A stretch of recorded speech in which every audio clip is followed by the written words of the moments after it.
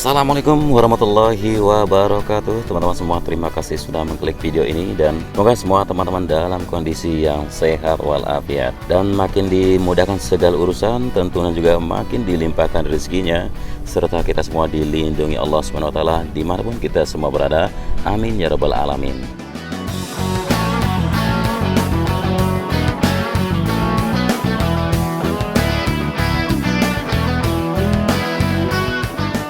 Kita kembali lagi di sirkuit MotoGP Mandalika. Setelah beberapa hari terakhir kita tidak mengupdate, ini sengaja kita lakukan seperti beberapa komentar yang masuk bahwa memantau setiap hari perkembangannya seperti tidak terlihat perubahannya.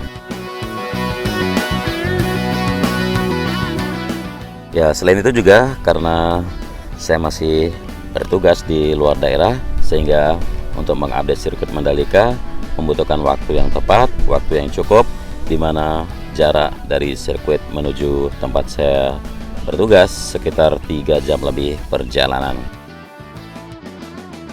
Oke, di video kali ini mungkin bisa kita melihat sama-sama, pantauan kita akan lebih terlihat progres yang makin signifikan, dan sudah terlihat di sini untuk garis curve yang membentang di sisi kanan trackline mulai dari tikungan yang ke-17 menuju ke sekitar garis finish yang berada di depan race control area.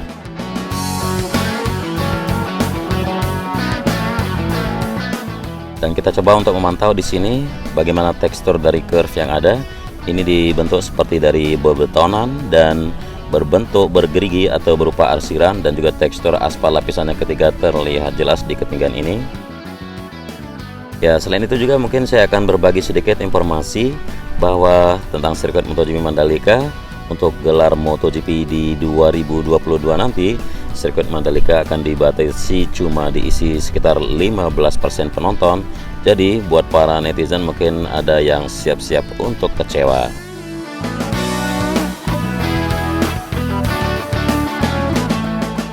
Nah, sirkuit Mandalika yang diperkirakan hanya akan bisa menyediakan 15% dari total daya tampung penonton saat menggelar balapan MotoGP pertamanya. Hal ini terjadi karena pandemi COVID-19 yang masih melanda dan sejumlah aturan dari pemerintah soal pembatasan kegiatan.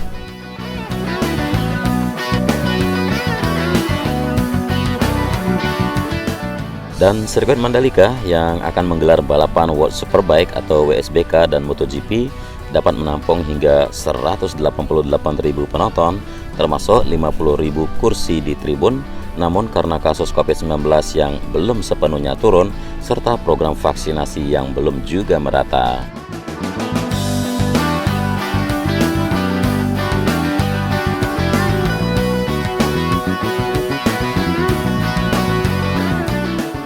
Dari CEO Mandalika Grand Prix Association atau MGPA, Ricky Bahir-Amsas juga sudah mengatakan hanya sebanyak 20-30 ribu penonton atau sekitar 15% dari kapasitas maksimum yang dibolehkan menonton langsung balapan ini.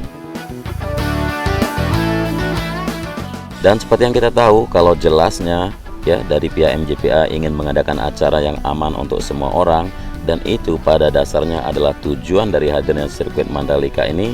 Dan jika diizinkan untuk dihadiri oleh penonton di Mandalika, maka akan kita lihat persentase dari total kapasitas penonton. Dan karena penonton duduk di area terbuka yang sangat luas dan lingkungan yang terbuka, maka kapasitas penonton mencapai 20.000 sampai 30.000 penonton per hari, yang berarti sekitar 15% dari kapasitas penuh.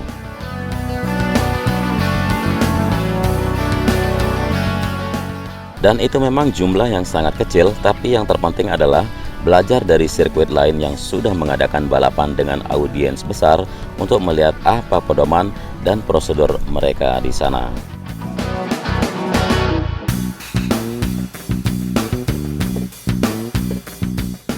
Sehingga dengan pelajaran tersebut kita dapat menyesuaikan dan kita terus bekerja dengan pemerintah. Inilah yang diucapkan oleh CEO dari MGPA. Dan sementara itu, dari Pak Happy Herinto selaku Chief Strategic and Communication MGPA juga mengungkapkan cukup sulit untuk mengadakan balapan dalam kondisi pandemi ini.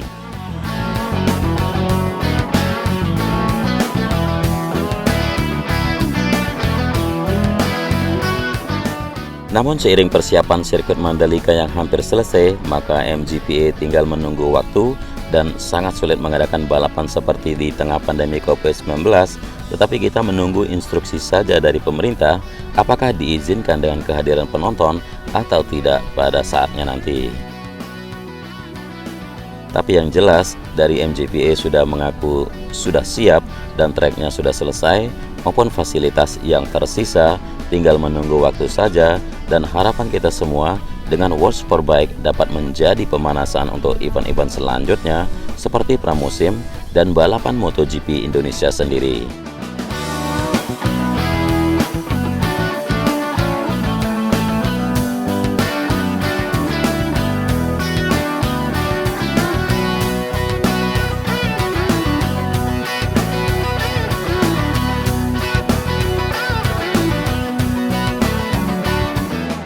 Adapun sejumlah infrastruktur di sirkuit Mandalika yang seperti kita tahu hampir selesai, bahkan diantaranya juga telah mencapai rampung 100%, seperti track lane atau lintasan utama yang telah selesai diaspal seluruhnya, sehingga lapisan yang ketiga atau lapisan terakhir dari aspal sirkuit Mandalika juga sudah berhasil dihamparkan ke seluruh area track lane. Dan selain track lane, sejumlah infrastruktur pendukung lainnya juga terus dikejar pembangunannya, seperti race control, bangunan untuk pit dan medical center, dan saat ini masih bersiap untuk race control beserta equipmentnya, lalu pit building yang sebentar lagi akan diinstal setelah proses pembangunan lantai dasar yang ada di sisi kiri dari trek lurus. Kemudian medical center juga sudah kita tahu sudah siap 100%, tetapi kita masih menunggu alat kesehatan yang sedianya akan disediakan oleh Kemenkes yang masih kita tunggu konfirmasinya sampai hari ini.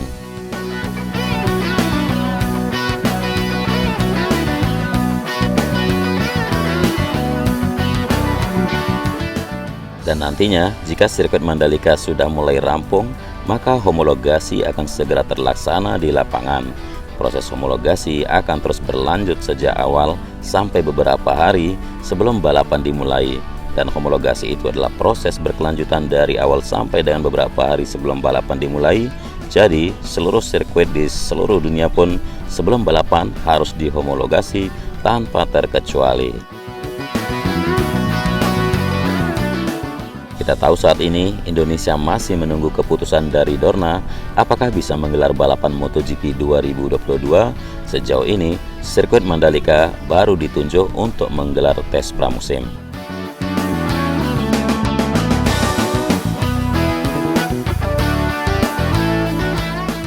Dan juga ada informasi yang lain yang ingin saya bagikan ke teman-teman.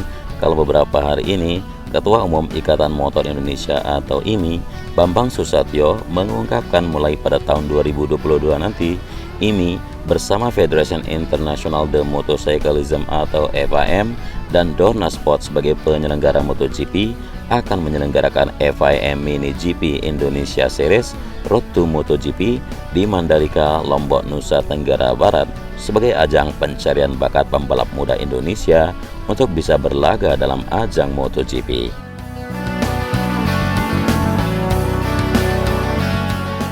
FIM dan Dorna Sport telah mengenalkan event baru yaitu FIM Mini GP World Series, kejuaraan balap motor dunia yang diikuti pembalap muda usia 10 tahun hingga usia 14 tahun.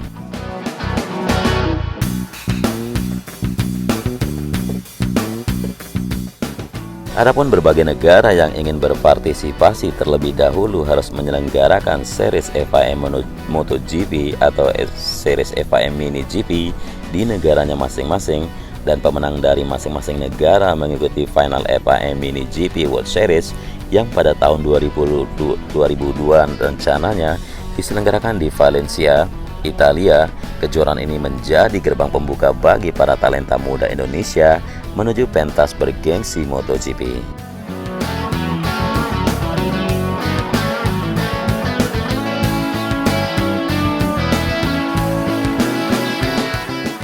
Selain Indonesia, setidaknya 15 negara dunia juga akan terlibat dalam menyelenggarakan FIM Mini GP World Series di 2022, antara lain di Qatar dengan FIM Mini GP Qatar Series dan Austria dengan FIM Mini GP Austria Series. Sesuai keputusan FIM dan Dorna Sport, para pembalap muda yang berlaga dalam series Mini GP akan balapan menggunakan tipe motor yang sama, Oval GP 160cc yang memiliki karakter sama dengan gaya balap di MotoGP, sehingga para pembalap muda Indonesia yang terpilih dalam program Road to MotoGP tidak asing dalam menggunakan motor yang ada di event MotoGP.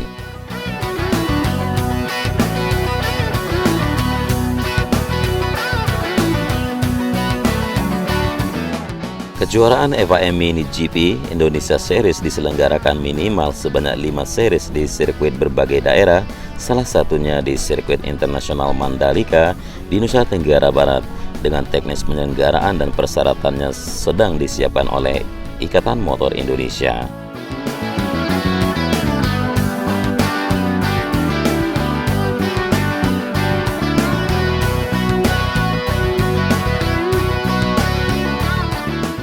Minimal pada akhir September 2021 sudah bisa diumumkan kepada publik, dan masifnya penyelenggaraan berbagai event kejuaraan internasional seperti Mini GP, MotoGP, World Superbike, dan lain sebagainya merupakan bagian dari pembinaan para atlet muda bangsa, menunjukkan bahwa Indonesia tidak hanya sekedar membangun fasilitas infrastruktur berupa sirkuit balap dengan berbagai sarana dan prasarananya, tetapi juga menyiapkan kegiatan pembinaan yang terstruktur, masif, dan sistematis.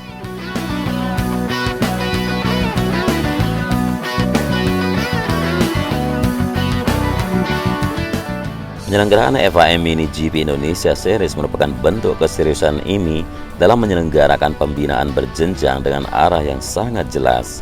Setelah dari FIM Mini GP World Series, para pembalap muda Indonesia bisa lanjut mengikuti berbagai kejuaraan bergengsi seperti Red Bull MotoGP Rocky maupun Asia Thailand, Moto3, Moto2, hingga akhirnya bisa ke MotoGP.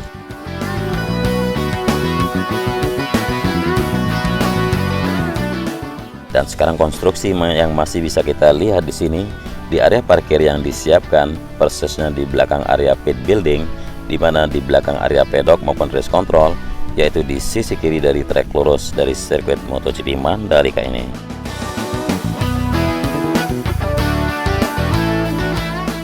Ya, mungkin ini saja dulu yang bisa saya reportasekan ke teman-teman semua, dan kita akan stay tune bersama untuk memantau beberapa titik yang lain atau beberapa fasilitas penunjang untuk gelaran World Superbike maupun MotoGP bagi sirkuit Mandalika.